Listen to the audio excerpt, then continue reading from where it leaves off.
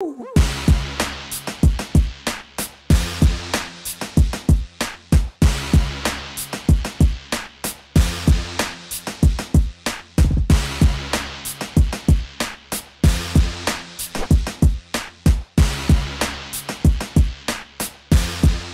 everybody, and welcome to Hopcast. Thanks for joining us, everybody. I'm Brad Chmielewski. My name is Ken Hunnemeder. And we are back at the Aragon Ballroom. Yeah, this is the second annual Hoptacular. We were here last year for their first one, and we had a good time. Looks like there's a lot of people outside, and I think everyone's starting to really get excited about tasting some beers today. So. Right, I think it's sold out, and the line is wrapped around the block. It is. We got 2 sessions today. We're here at the afternoon session, so this is going to be drinking. Girl. So this is going to be going all night. Should be a fun day. Yeah, so let's head on up and fill them up our up. glass.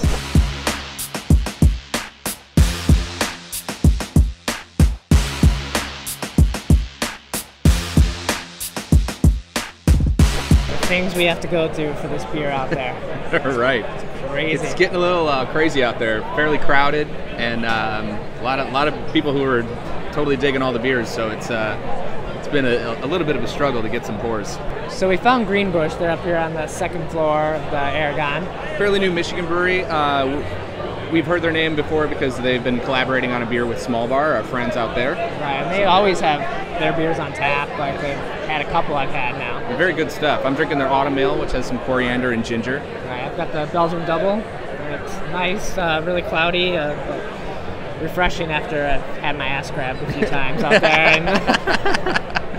But yeah, good stuff from Greenbush. I've been really pleased with the stuff that I've had thus far from them. So. Right, and the brewers here pouring, like everyone else is usually like reps or like helpers pouring the beer here, but he's actually solo out there. Yeah, and he's alone too. Yeah, by himself. Kind of felt for him. He's gonna run out of beer soon, I think. Probably. But yeah, there's more beer to be drunk. Let's do it.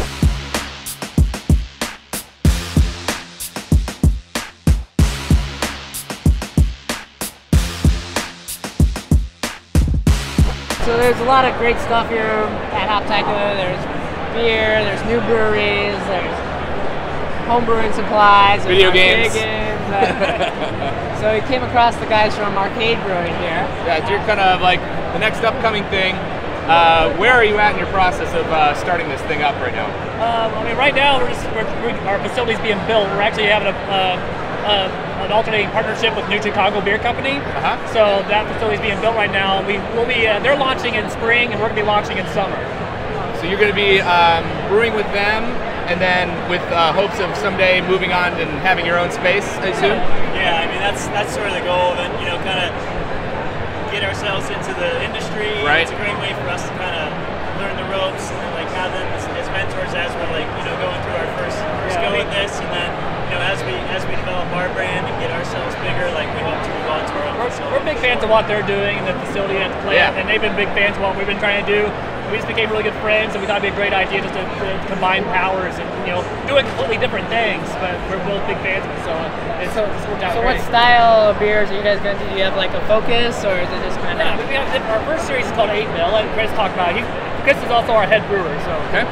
So our 8-bit series is sort of our signature line, so it's playing off the video games. Makes sense. Right? So one of the first beers we're going to be developing is an 8-bit grapefruit IPA, and then we'll also have an 8-bit Kolsch.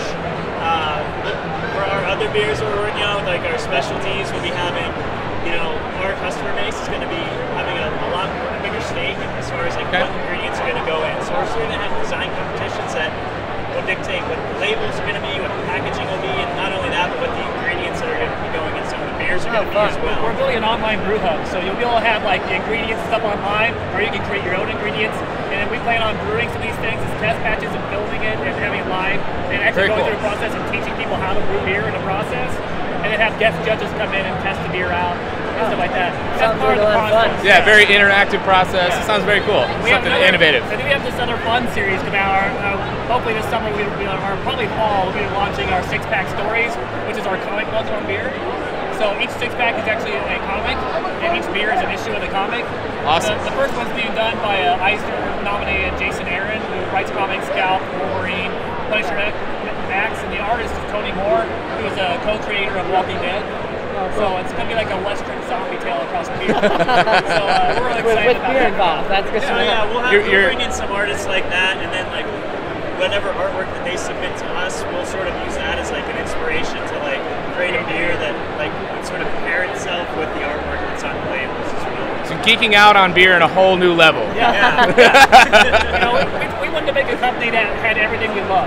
Cool. So we have beer, comics, and video games. It doesn't get much better than that. And that's one of the things we're trying to do is with the video games, we're really into like the independent and developing community. We want to take old arcade games and repurpose them and then put in independently developed video games like local game developers. Awesome. And then we want to tour those around and have different gaming events at different venues and bars across the city that carry our beer.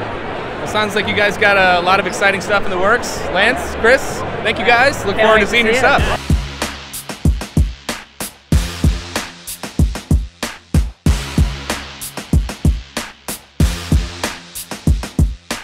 So Ken, we've been wandering around out there. There's all this beer, and then like tucked over in the corner, the Midwest Distillery Room. Yeah, and it's this neat little area, and a bunch of the local handcrafted distillers are from the Midwest are here. So it's kind of cool. You normally don't see this at a beer festival, so Yeah, it's kind of nice. There's what, like 6 or 8 in here. yeah. So we've got Koval. Few, Koval. I'm I drinking got- something from Journeyman right now, an aged whiskey that's pretty tasty. I got the Michigan River Distillery that's right behind us. Their gin. It's got like some lavender in there with the juniper. The Great Lakes up in Milwaukee is behind us as well. So there's kind of a, sometimes we're so focused on beer we forget all the other handcrafted beverages that are popping up, and this is also a trend that's starting to become more popular with some of the distillers in the area. So. I'm worried though if we spend too much time in here, we'll be like passed out behind the bar. Yeah, we did have a plan, a very rigid plan of tasting beers. We have a lot to do today, a lot of events to go to, and I think this just screwed us for the night. But oh well, all in good fun. Cheers.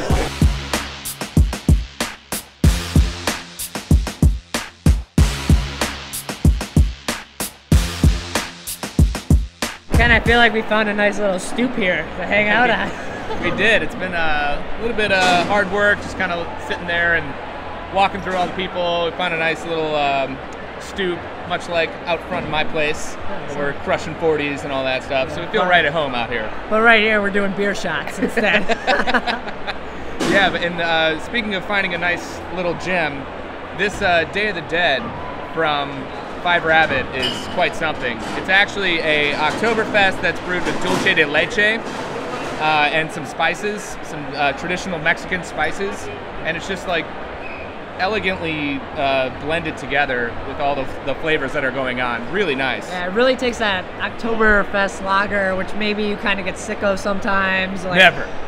It's kind of flavorless, but this it's kind of robust and like almost like caramely, Very caramelly. caramely, yep. It's great. And you're gonna get that from the dulce de leche. It's just like when I first read the description, dulce de leche and Oktoberfest, you're wondering how it's gonna fit together, but it really it sings a song. It's really good. It kind of bridges that gap between October and December. It's a Novemberfest. Novemberfest. And this should be a seasonal release for them, so hope to see it back again next year. Yeah. Wonderful beer. Yeah, I might get another one. Yeah. So cheers to Five Rabbit on this one.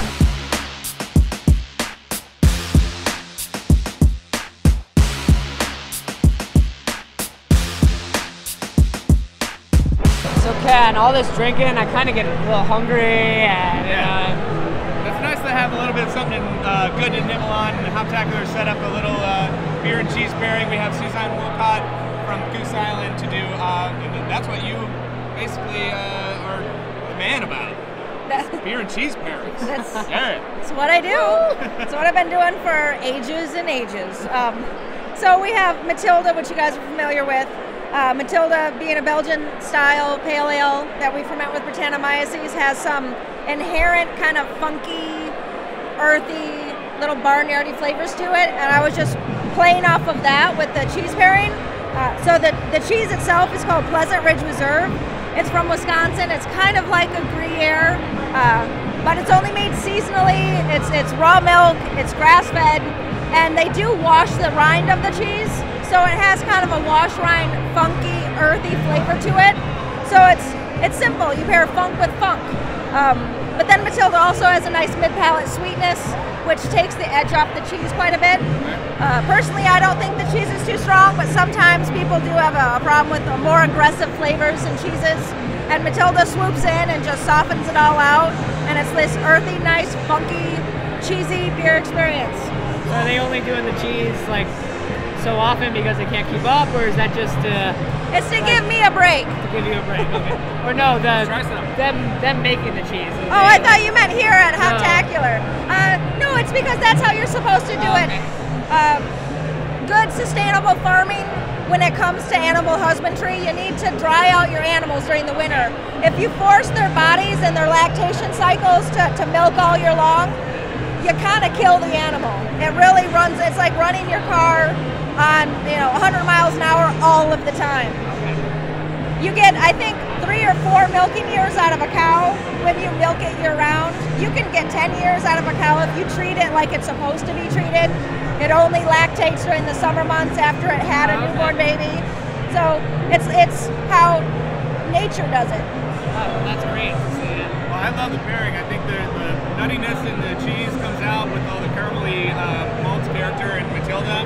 So I think you hit a home run with this, Suzanne. Yeah, thank you. Nicely done, as always. Thank you, thank you.